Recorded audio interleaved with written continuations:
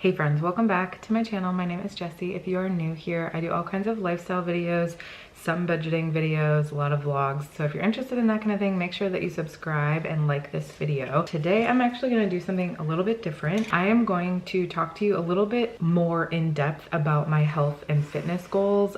I just did a goals video, like a family goals video, all of our goals with Ben, which I can link in the cards so you can see it if you're interested in that. But what I actually wanted to show you today was my vision board, quickly how I create a vision board in Canva for free. I want to talk to you more about my specific health and wellness goals and where those are coming from. To start out, I'll show you what my vision board looks like. I actually had mine printed with Canva. You can just print this on a printer. I also have it as my desktop on my computer, which I can show you how I do quickly in Canva.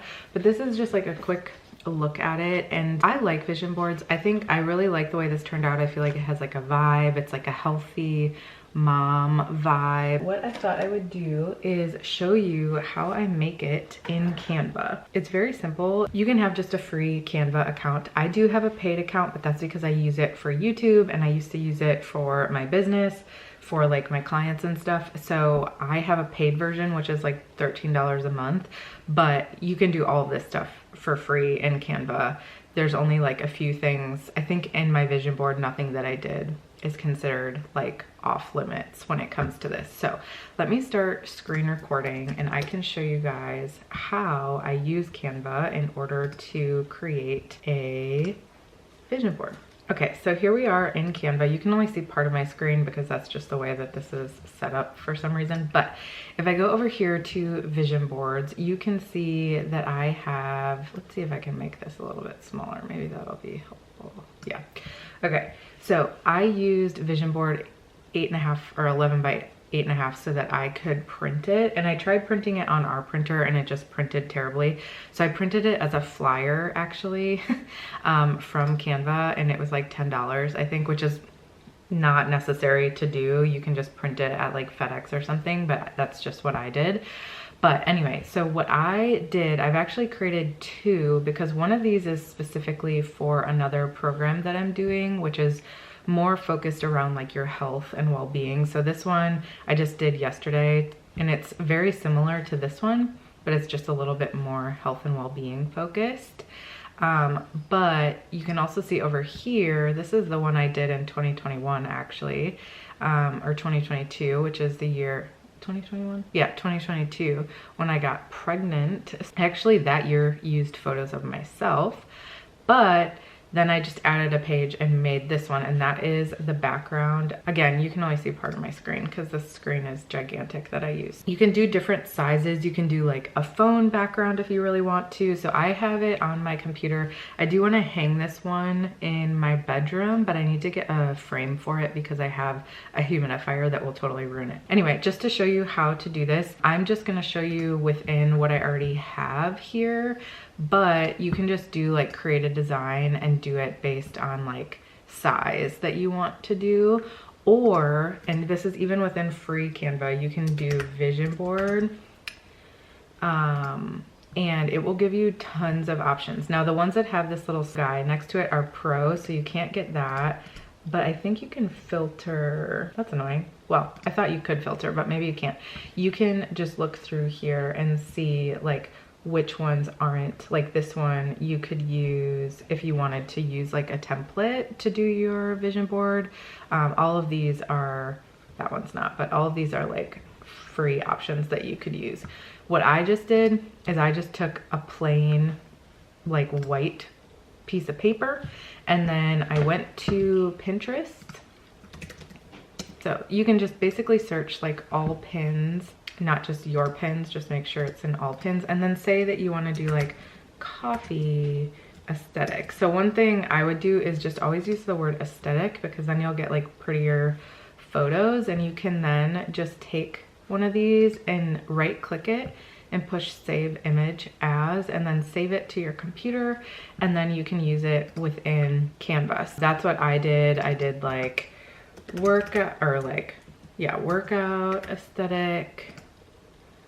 As you can see, you can even put like body type. You can put the type of work, women, pictures, things like that. So you could just like, I don't know, like this one, save image as, whatever. So whatever you're interested in, cooking healthy, motherhood, budgeting, you could do like, I wonder if there's like budgeting aesthetic. Yeah, you could use some of these for your like budgeting, if you really wanted to, for your finances, or like money, like this type of stuff. And then you can like do that same thing with quotes. So anyway, that's what I used, was Pinterest. And then you go in here and you go to your uploads. I have tons of photos already in here because I use this for, as you can see, like all of my thumbnails that I do for this. But you can just take these photos and like, that's not what I meant to do. You can just take these photos, click on them. I'm in the wrong thing because I'm used to this being much bigger. And just like move them around. Again, if you really wanted to, you could like use the templates that I showed you, and then you could just add your pictures in like this. So like that and like that. And then you could put budget or something like that, you know, or like healthy, that kind of stuff. So if you really wanted to just use like a vision board that already exists, you could do that. So it's really simple to do within Canva, and I really enjoy using it that way. So that is what I did for my vision board. Mine is like very focused around taking care of my body, getting in a really healthy spot. I want to feel vibrant. I want to feel healthy. I want to feel like I'm taking care of myself. I want to feel feminine and all those things. I take care of my body. I speak kindly to myself. New era of me. I give myself permission to heal. Intuition. May the tears you cried in 2023 water the seeds you're planting in 2024. And I'm great at saving money. As you guys know, saving money is something that we want to focus on this year. So I have like picture of healthy food. This girl just looks really happy and healthy to me. One thing I also tried to do, well, these women don't look like me. They have like a similar skin tone, a similar hair color. I tried to do that as well so that it felt more realistic to me versus using someone that looks nothing like me, that has like super dark hair or red hair or a different skin tone or is like super tall and thin. Like, these people might be that, but you can't tell within this photo. She just looks like really happy and healthy to me. I have Pilates here, like reformer Pilates. I have like a little Harry Potter date night here to kind of manifest a good relationship. Reading with some coffee, working out. This girl looks strong to me. I have YouTube stuff here because it's something that I really care about. I would love to like get to the point. I mean, I'd have to hit 100,000 subscribers, and I'm not even at 2K yet, guys. An idea of where I'd like to go. This is something it's like weird to talk about, but I would love to start looking into getting pregnant again at the end of the year, but toward the end of the year. And I would like to be in a really healthy spot before that happens. So I looked up, you know, like pregnancy with a toddler, like that kind of thing. And I chose someone who had similar hair color to me. Am I as thin as her? No, but like she also looks healthy pregnant. And again, this is just like what I deem as healthy. Moving on, I want like some friendship with like female friendship. So I put a blonde-ish girl and a different girl to kind of signify that. I already told you about the Audi. I would love to get an Audi or a Jeep someday. So I have that on here. It's not something that's like a huge focus to me though. And then over here, I have just like a mom baking with her baby because that just signifies like a loving motherhood relationship, which is important to me. So anyway, that was a long-winded story about vision boards. I just wanted to tell you guys how I make mine, what that looks like, and how easy that is. Let's go to a new spot and we're going to talk about my health and wellness goals, kind of a little bit more specific into what I'm hoping for the new year. Okay, friends, let me just pull this up on my computer. Or my phone, because I want to just talk to you a little bit more specific into my health and wellness goals. So in our goals video, we talked about finances, we talked about health and wellness, but we also talked about our relationship and our jobs and things like that. So I feel like health and wellness is my main focus this year outside of being a mom, obviously. But when it comes to like goals, manifesting what I want to do with my life in 2024, it's definitely focused on health and wellness and what that means to me. So I wanted to go into it a little bit deeper. I'm going to talk about physical, I'm going to talk about food, and then I'm going to talk about like mental nervous system work. If you're at this point of the video and you're sticking around for the second part, I'd love to know a goal that you have for this year. Leave it down below so we can keep each other accountable.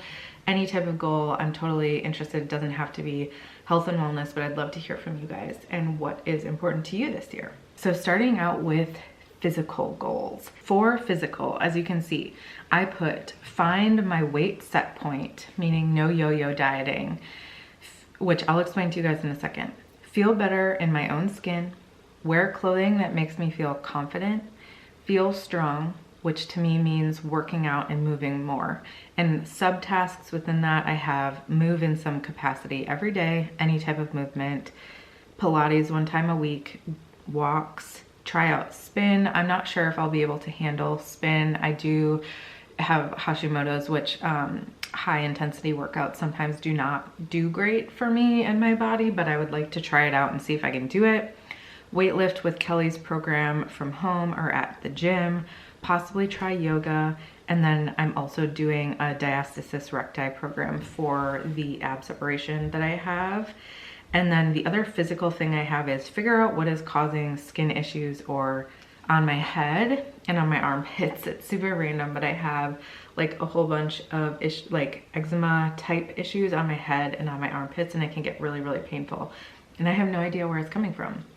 So those are the things I want to focus on. When I say find my weight set point, that's actually something I'm learning within the food freedom program that I'm going to be taking, that is all about like overeating, binge eating, and how to become an intuitive eater, or to like eat in a way that feels good for your body when you have a background in those things, which I've talked about before. It's something that I've struggled with my whole life, is like restriction and then overconsumption.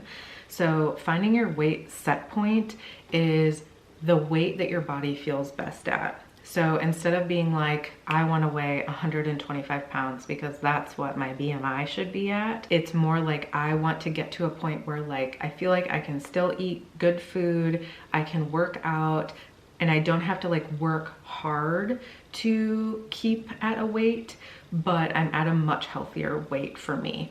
I do not feel comfortable or confident at the weight that I'm currently at. I do weigh less than I did when I got pregnant with Ivy, so I have lost some weight, but I definitely do not feel comfortable. My body has changed, which there are things like the diastasis recti stuff that I want to work on so that my stomach doesn't protrude so much from the extreme ab separation that I have. I might always have a belly because I had a baby and I gained a lot of weight, and that's okay, but like mine like really protrudes because of the ab separation. So I want to do things like that. But as far as weight set point, it is a point where your body feels the best at, it feels healthy. But right now my body can't trust my hunger cues because of the way that I've been eating, because I've been either extremely restrictive or extremely not restrictive, like to the point of like overconsumption. So that's where I want to get to. So I'm not making like a goal, like I want to weigh 125 pounds, or I want to,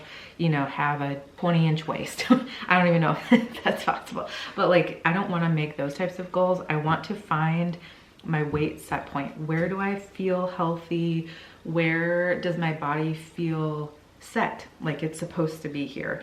And BMI is bullshit, you guys. Like I definitely don't like where I'm at weight-wise where I am, but I've been 130 pounds full of muscle and I'm considered overweight for my height because I'm so short. So BMI is bullshit. It's totally dumb.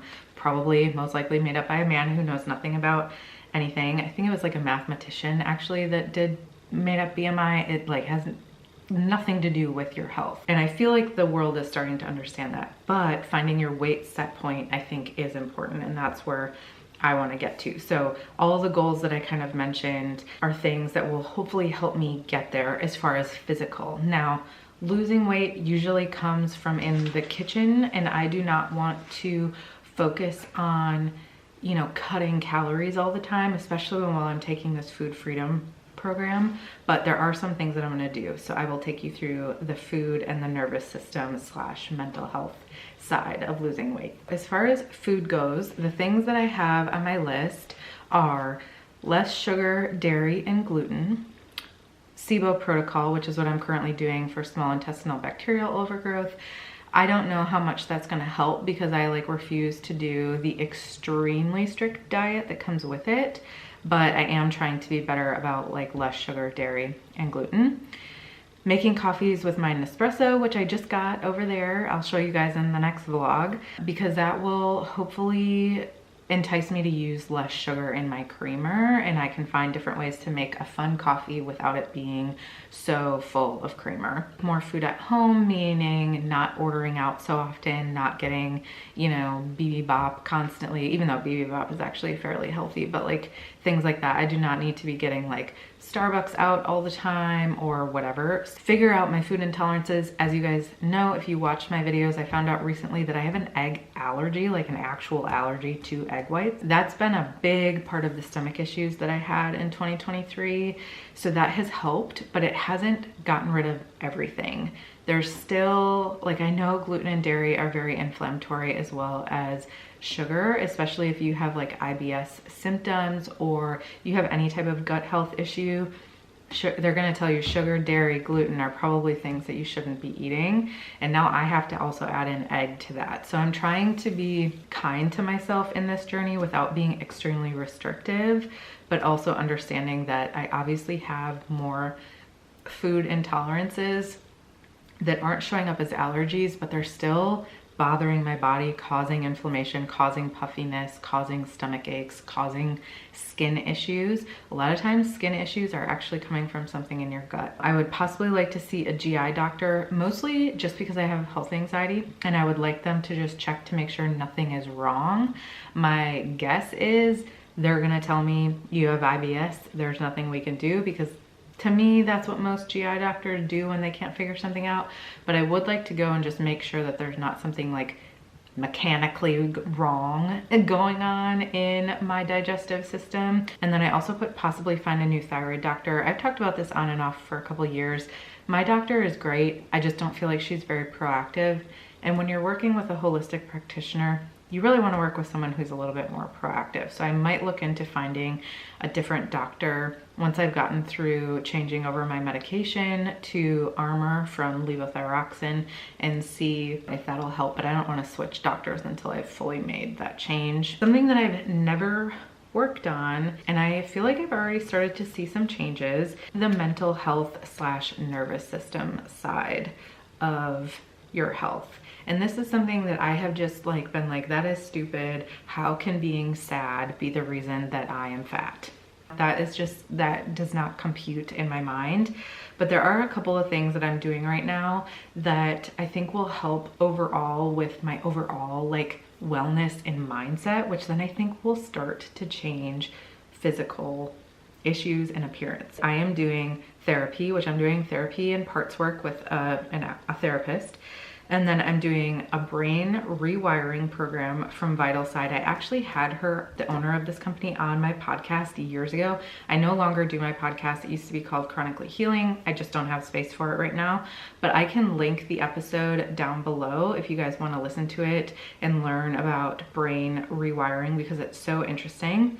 And then I'm doing the Food Freedom online program, which I already told you guys about. We had our first call last week. We don't really get into the nitty-gritty of the program until February, but we were having a couple of like getting started calls. So I'm really excited about that. So let me tell you a little bit more about these programs, and I will link them down below, or at least link the practitioners in case you're interested. Therapy is its own thing. Leave a link to like what parts work is, maybe if you're interested in learning more about that. That's just been really helpful in my healing when it comes to therapy. It's a little bit more involved than just regular talk therapy. You're doing a little bit more visualization, talking to the parts within yourself, and that's just been really helpful for me. It's not helpful for everyone though, but it's something that I enjoy.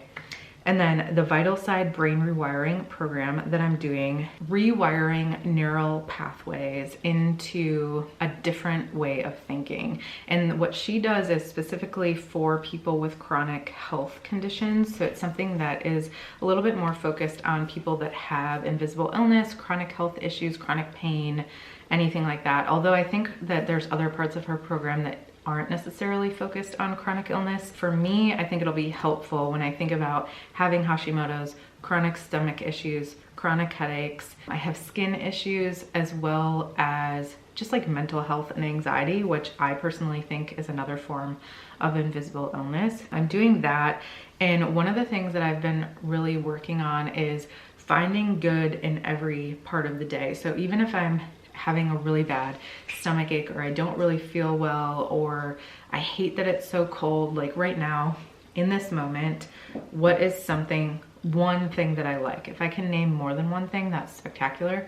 But one thing that I like right now is how bright it is outside.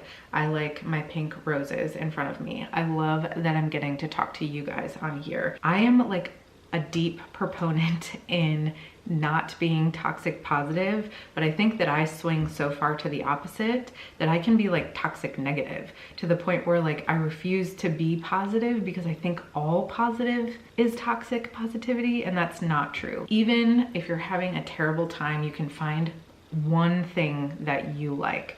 And that has really helped my mindset in the last like week that I've been doing it. So that's something I've been doing. She also teaches a lot of somatic practices. So like breathing, like the box breath where you breathe in for 4, hold for 4, breathe out for 4, hold for 4.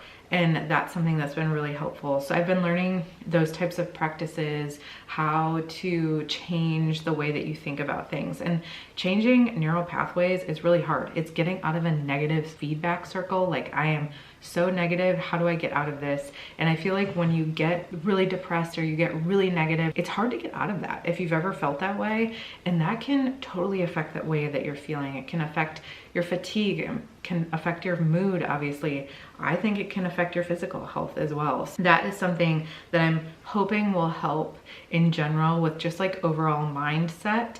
And then hopefully that will bleed into other parts of my life as well. And then the last piece is my food freedom program. That is where I'll be working on my weight set point, and then working on overeating, binging, and food rules as far as diet culture. I've talked about this with you before. I've told you I think intuitive eating is a privileged thing to do. I think that a lot of people that are promoting intuitive eating are people that have never been overweight, are people that have never had issues with binge eating, with overeating. They tell you like, oh, just eat what makes you happy. You can't do that when you come from a place of like restriction and or binging, because you don't know anymore. Your body doesn't know. Does your body innately know that? Yes, it doesn't know that right now because it's been so busy protecting you from starving yourself or from overeating that it doesn't know what it wants anymore. That's why I really like this program, because she takes that into effect. She doesn't say you can't want to lose weight. She doesn't say you can't ever eat this thing again,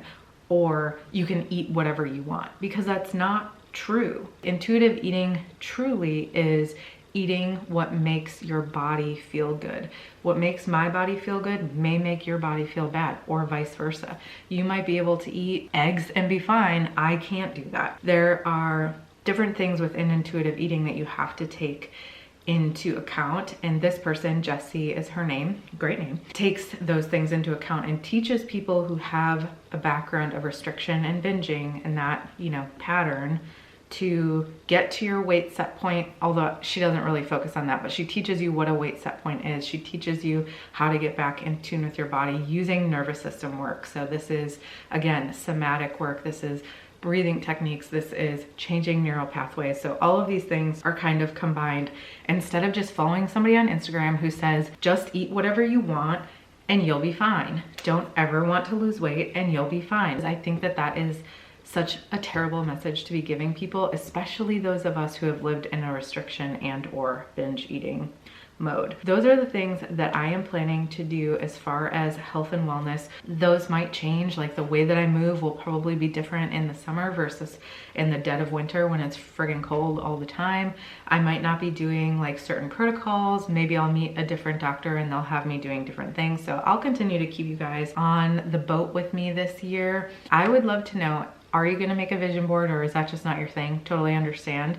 And what one of your goals is, if you haven't already told me down below. I'd love to know. If you don't wanna share, I also understand that, because some people aren't like me and spew their entire life out to the people that are watching. I get that. I appreciate all of you watching. I will continue to share this journey throughout the year. I don't want to be super triggering to people, because I know that videos about like health and wellness can be triggering to certain people. I'm not going to be focusing on calorie counting or working out to the point of being sick. Like, those types of things aren't where I'm going. I just want to focus on getting my body to a place where I feel happy and healthy again.